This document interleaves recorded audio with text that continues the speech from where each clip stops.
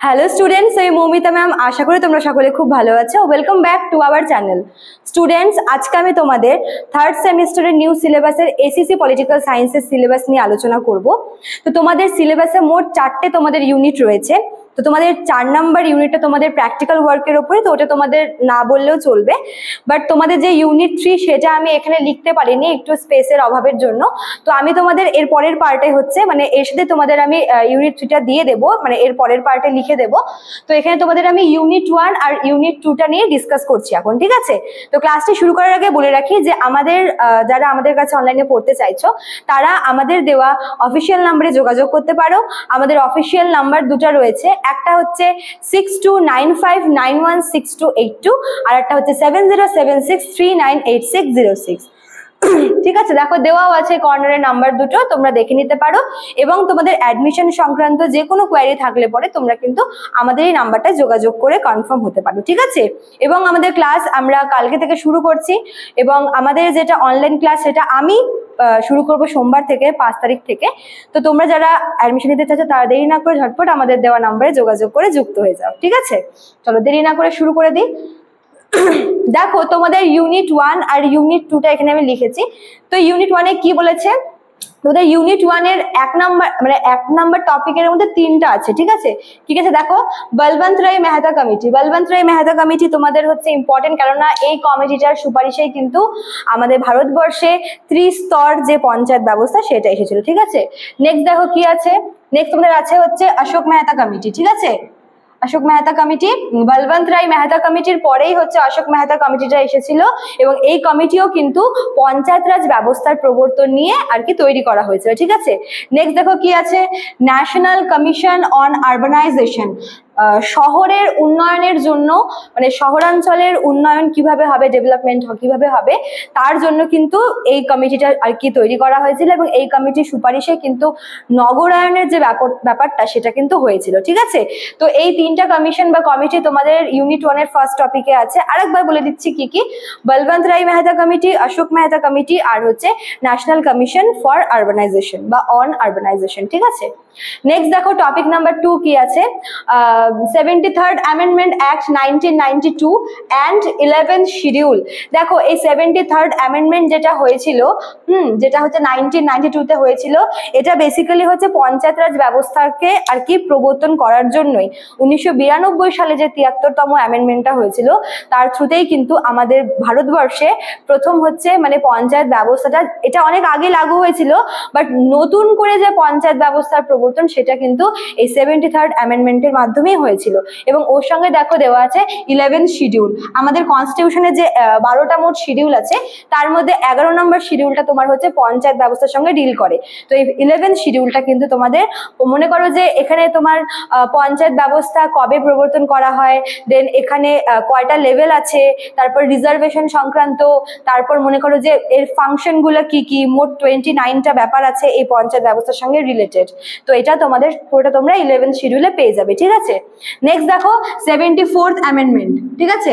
73rd গেল তোমার হচ্ছে পঞ্চায়েতের সাথে, আর 74th হচ্ছে তোমার মিউনিসিপ্যালিটি বা মিউনিসিপ্যাল কর্পোরেশনের সঙ্গে, যেটা হচ্ছে শহরে মানে তোমার আরবান এলাকার যেটা আর কি লোকাল গভর্নমেন্ট, ঠিক আছে?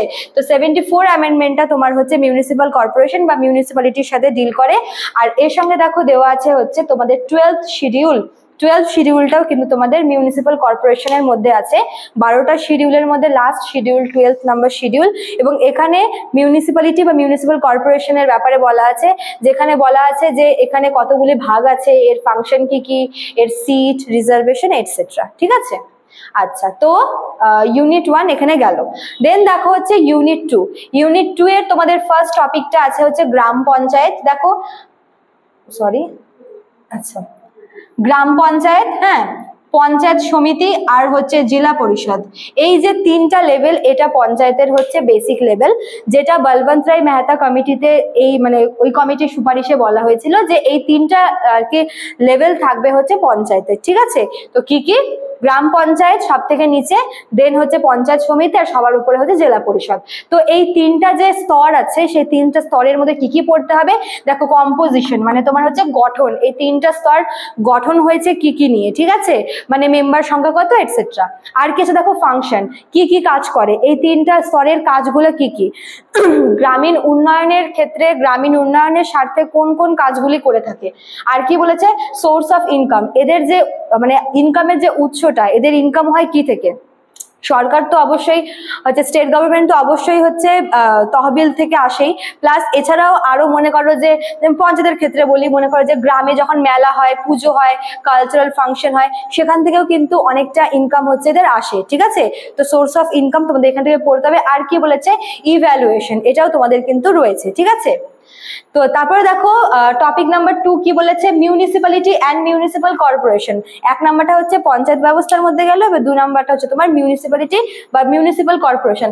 এখান থেকে তোমাদের সেম পড়তে হবে, কম্পোজিশনটা পড়তে হবে মানে গঠন কি কি নিয়ে হয়েছে, ফাংশনটা পড়তে হবে কি কি কাজ করে মিউনিসিপ্যালিটি, আর হচ্ছে তোমাদের এখানে রয়েছে সোর্স অফ ইনকাম, ঠিক আছে, কোন কোন মানে ইনকামের উৎসগুলো কি কি থেকে। দুটো টপিকই সেম, খালি একটা হচ্ছে পঞ্চায়েত আর একটা হচ্ছে মিউনিসিপ্যালিটি বা মিউনিসিপ্যাল কর্পোরেশন, ঠিক আছে। কম্পোজিশন, ফাংশন, ইনকাম সোর্স সব এখান থেকে পড়তে হবে। আর দেখো ইউনিট 2 এর লাস্ট যেটা তোমাদের টপিক নাম্বার 3, এটার সাথে আমরা খুব পরিচিত টার্মগুলো কি বলেছে, welfare scheme of West Bengal.